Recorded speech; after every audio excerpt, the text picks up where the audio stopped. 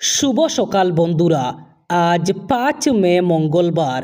আজকের সকালের বরাক তথা সমগ্র আসামের গুরুত্বপূর্ণ খবরগুলি হল: বুটে জিতেই ভয়ঙ্কর ঘোষণা, রাজ্যে সরকার গঠন করেই হবে বৃহৎ উচ্ছেদ অভিযান, সরকার গঠনের পূর্বে মুখ্যমন্ত্রীর প্রথম ধমক, অবৈধ বাংলাদেশিদের বিরুদ্ধে হুমকি দিলেন রাজ্যের মুখ্যমন্ত্রী হিমন্ত বিশ্ব শর্মা। আগের মতোই দয়া নেই ক্ষমা নেই গতিতে রাজ্য এবার চলবে উচ্ছেদ অভিযান। বাজপেয়ী ভবনে হিমন্ত বিশ্ব শর্মার গর্জন। তিনি বলেন, রাজ্যে সরকার গঠন করেই প্রথমে হবে বৃহৎ উচ্ছেদ অভিযান, অবৈধ বাংলাদেশিদের অসম থেকে বের করে দেওয়া হবে। বিধানসভা নির্বাচনের ফলাফলে এবার বেশ কয়েকজন প্রার্থী বিরাট ভোটের ব্যবধানে জয়ী হয়েছেন। তবে এর মধ্যেও রাজ্যে সর্বাধিক ভোটের ব্যবধানে জয়ী হওয়া 5 জন বিজেপি প্রার্থী হলেন কৌশিক রায়, পীযূষ হাজারিকা, হিমন্ত বিশ্ব শর্মা, প্রশান্ত ফুকন এবং জয়ন্ত মল্ল বড়ুয়া। প্রথম স্থানে রয়েছেন মন্ত্রী কৌশিক রায়। তিনি লখিমপুর কেন্দ্র থেকে 99,401 ভোটের ব্যবধানে জয়ী হয়েছেন, আর তিনি হলেন রাজ্যের সর্বাধিক ভোটার ব্যবধানে জয়ী হওয়া প্রার্থী। দ্বিতীয় নম্বরে রয়েছেন পীযূষ হাজারিকা। তিনি জাগিরৌড থেকে 93,584 ভোটে জয়ী হয়েছেন। এরপরে রয়েছেন হিমন্ত বিশ্ব শর্মা। তিনি জালুকবাড়ি কেন্দ্র থেকে 89,434 ভোটের ব্যবধানে জয়ী হয়েছেন। প্রশান্ত ফুকন ডিব্রুগড় থেকে 72,034 ভোটের ব্যবধানে জয়ী হয়েছেন এবং জয়ন্ত মল্ল বড়ুয়া নলবাড়ি থেকে 60,101 ভোটের ব্যবধানে জয়ী হয়েছেন।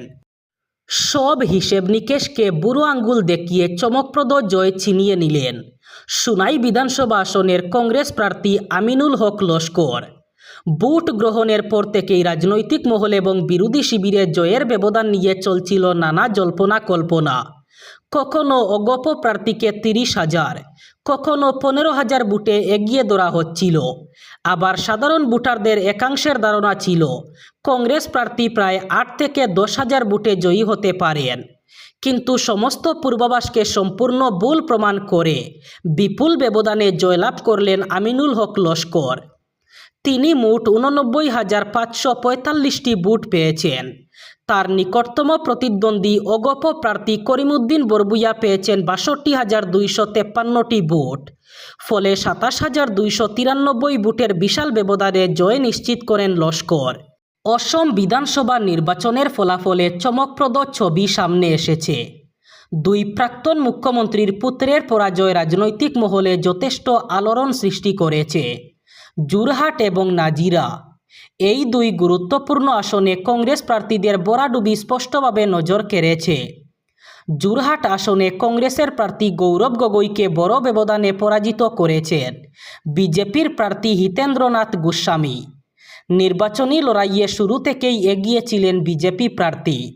শেষ পর্যন্ত হিতেন্দ্রনাথ গোস্বামী মোট 69,439টি ভোট অর্জন করেন। অপরদিকে কংগ্রেস প্রার্থী গৌরব গগৈ পান 46,257টি ভোট। ফলে প্রায় 23,182 ভোটের ব্যবধানে জয় নিশ্চিত করেন হিতেন্দ্র গোস্বামী। এই ফলাফল যোরহাটে বিজেপির সাংগঠনিক শক্তি এবং জনসমর্থনকে স্পষ্ট প্রতিফলন বলে মনে করছেন রাজনৈতিক বিশ্লেষকরা। অন্যদিকে নাজিরা আসনেও কংগ্রেসের জন্য পরিস্থিতি অনুকূল নয়। প্রাক্তন মুখ্যমন্ত্রীর পুত্র তথা কংগ্রেস প্রার্থী দেবব্রত শইকিয়া বিজেপির প্রার্থী ময়ূর বরগুহাইয়ের কাছে পরাজিত হয়েছেন। বিধানসভা নির্বাচনের ফলাফল ঘোষণা ঘিরে যখন গোটা পশ্চিমবঙ্গ তোলপাড়, ঠিক তখনই কলকাতার রাজপথে নজিরবিহীন দৃশ্যের সাক্ষী থাকলেন সাধারণ মানুষ। সোমবার ভবানীপুরের বাড়ি থেকে বেরিয়ে সাখাওয়াত মেমোরিয়াল স্কুলের গণনা কেন্দ্রে পৌঁছান তৃণমূল সুপ্রিমো মমতা বন্দ্যোপাধ্যায়। আর সেখানে পা রাখতেই তাকে ঘিরে শুরু হয় তুমুল বিক্ষোভ।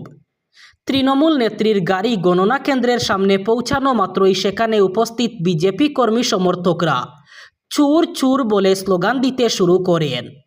এমনই অভিযোগ। আচমকা এই ঘটনায় এলাকা উত্তপ্ত হয়ে ওঠে।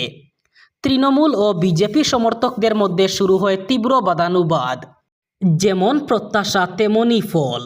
পাতারকান্দি বিধানসভা কেন্দ্রে বিজেপি প্রার্থী তথা মন্ত্রী কৃষ্ণেন্দু পাল কংগ্রেস প্রার্থী কার্তিক সেনা সিনহাকে পরাজিত করে টানা তৃতীয়বারের মতো জয় ছিনিয়ে নিয়ে গড়লেন হ্যাট্রিকের নজির। এই জয়ের মাধ্যমে তিনি শুধু নিজের রাজনৈতিক অবস্থানকেই আরও মজবুত করলেন না, বরং শ্রীভূমি জেলা, বরাক উপত্যকা সহ সমগ্র রাজ্যের রাজনৈতিক অঙ্গনেও এক গুরুত্বপূর্ণ বার্তা পৌঁছে দিলেন। ফলাফল স্পষ্ট হতেই পাতারকান্দি সহ শ্রীভূমি জেলা সদরে শুরু হয় বিজয় উল্লাস। দলীয় নেতাকর্মী এবং সমর্থকরা আনন্দ মিছিলে ফেটে পড়েন। ডাক, ডোল, আবির আর উচ্ছ্বাসে মুখর হয়ে ওঠে গোটা এলাকা। 5 রাজ্যের বিধানসভা নির্বাচন শেষ। এবার বাড়বে রান্নার গ্যাসের দাম, পাশাপাশি দাম বাড়বে পেট্রোল ডিজেলের। খুব শীঘ্রই এ নিয়ে বড় ঘোষণা আসতে পারে। জানা গেছে লিটার প্রতি 4 থেকে 5 টাকা বাড়বে খুচরো পেট্রোল ডিজেলের দাম। পরিসংখ্যান বলছে এই দাম বৃদ্ধি হলে প্রায় 4 বছরে এই প্রথম খুচরো পেট্রোল ডিজেলের দাম বৃদ্ধি করবে সরকার। এখানেই শেষ নয়, ডোমেস্টিক এলপিজি অথবা ঘরোয়া রান্নার গ্যাসের দাম 40 থেকে 50 টাকা বাড়তে পারে। আগামী 5 থেকে 7 দিনের মধ্যে জ্বালানির এই দাম বৃদ্ধির কথা ঘোষণা করতে পারে সরকার। বিধানসভা নির্বাচনের ফলাফলে এবার বেশ কয়েকজন প্রার্থী বিরাট ভোটের ব্যবধানে জয়ী হয়েছেন। তবে এর মধ্যেও রাজ্যে সর্বাধিক ভোটের ব্যবধানে জয়ী হওয়া 5 জন বিজেপি প্রার্থী হলেন কৌশিক রায়, পীযূষ হাজারিকা, হিমন্ত বিশ্ব শর্মা, প্রশান্ত ফুকন এবং জয়ন্ত মল্ল বড়ুয়া। প্রথম স্থানে রয়েছেন মন্ত্রী কৌশিক রায়। তিনি লখিমপুর কেন্দ্র থেকে 99,401 ভোটের ব্যবধানে জয়ী হয়েছেন। আর তিনি হলেন রাজ্যের সর্বাধিক ভোটার ব্যবধানে জয়ী হওয়া প্রার্থী। দ্বিতীয় নম্বরে রয়েছেন পীযূষ হাজারিকা। তিনি জাগিরৌড থেকে 93,584 ভোটে জয়ী হয়েছেন। এরপরে রয়েছেন হিমন্ত বিশ্ব শর্মা। তিনি জালুকবাড়ি কেন্দ্র থেকে 89,434 ভোটের ব্যবধানে জয়ী হয়েছেন। প্রশান্ত ফুকন ডিব্রুগড় থেকে 72,034 ভোটের ব্যবধানে জয়ী হয়েছেন এবং জয়ন্ত মল্ল বড়ুয়া নলবাড়ি থেকে 60,101 ভোটের ব্যবধানে জয়ী হয়েছেন। এবার বরাক উপত্যকার 3 জেলার আজকের আবহাওয়ার খবর। আজ 5 মে মঙ্গলবার বরাক উপত্যকার 3 জেলায় গরম থাকার সম্ভাবনা।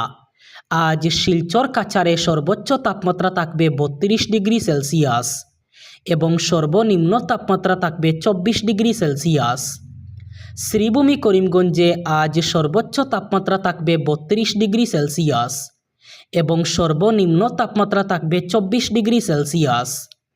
একইভাবে হাইলাকান্দি জেলায়ও আজ সর্বোচ্চ তাপমাত্রা থাকবে 32 ডিগ্রি সেলসিয়াস এবং সর্বনিম্ন তাপমাত্রা থাকবে 24 ডিগ্রি সেলসিয়াস। এই ছিল আজকের সকালের গুরুত্বপূর্ণ খবরগুলি। ভিডিওটি অবশ্যই লাইক করবেন এবং চ্যানেলটি সাবস্ক্রাইব করবেন।